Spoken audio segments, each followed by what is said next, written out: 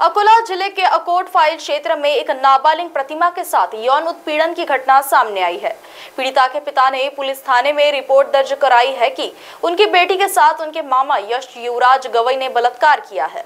Police ने मामले में तुरंत कार्रवाई करते हुए आरोपी यश युवराज गवई उम्र 20 साल को गिरफ्तार कर लिया है।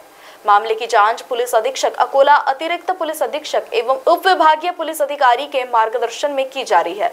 पुलिस ने बताया कि आरोपी के खिलाफ भारतीय दंड संहिता की धारा, साथ ही बाल यौन शोषण अधिनियम की धारा 4.5 LMN 6 के तहत मामला दर्ज किया गया है। पुलिस ने लोगों से अपील की है कि वे इस तरह की घटनाओं की जानकारी तत्काल पुलिस को दे ताकि आरोपियों को जल्द से जल्द सजा मिल सके।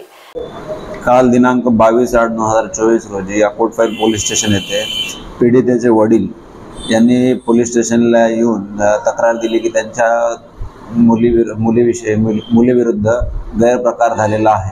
मुलीला विश्वासात घेऊन महिला पोलीस अधिकारी, महिला पोलीस अंमलदार यांच्या मदतीने तिची विचारपूस केली असता तिने झालेला प्रकार पोलिसांना सांगितला आणि झालेल्या प्रकाराचं व्हेरिफिकेशन करून दिनांक 30/8/2023 म्हणजे मागच्या वर्षीपासून तर ते कालपर्यंत झालेल्या घटनाक्रमानुसार आरोपी यश युवराज गवई वय 20 वर्ष, राहणार हिंगणा, तामसवाडी तालुका, जिल्हा अकोला, जो त्या मुलीचा नातेवाईक आहे, या आरोपीस आपण अटक केलेली आहे आणि आरोपीस अटक करून पुढील तपास API मेश्रे, महिला अधिकारी API मेश्रे यांच्याकडे तपास देण्यात आलेला आहे आणि वरिष्ठांच्या मार्गदर्शनामध्ये पुढील कारवाई करण्यात येत आहे।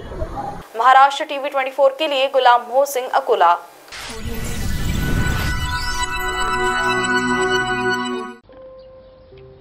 चिंगीच्या भातुकली सारखाच आपणही आनंदाने आपला संसार उभारतो, कष्टाने एक एक वस्तू जमवतो, पण अचानक नियती डाव साधते आणि अवघा संसार उधळून लावते। भूकंप, पूर, चक्रीवादळ, गारपीट, वीज कोसळणे अशी अनेक संकट महाराष्ट्रावर आली। त्यात अनेकांचे संसार उद्ध्वस्त झाले।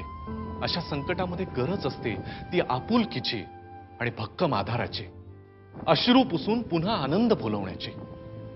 शासनाने हेच कर्तव्य पार पाडले। आपत्तीग्रस्तांना आर्थिक सहाय्य, सुरक्षित निवारा दिला, त्यांच्या आरोग्याची, मुलांच्या शिक्षणाची काळजी घेऊन त्यांच्या जीवनात आनंद फुलवला।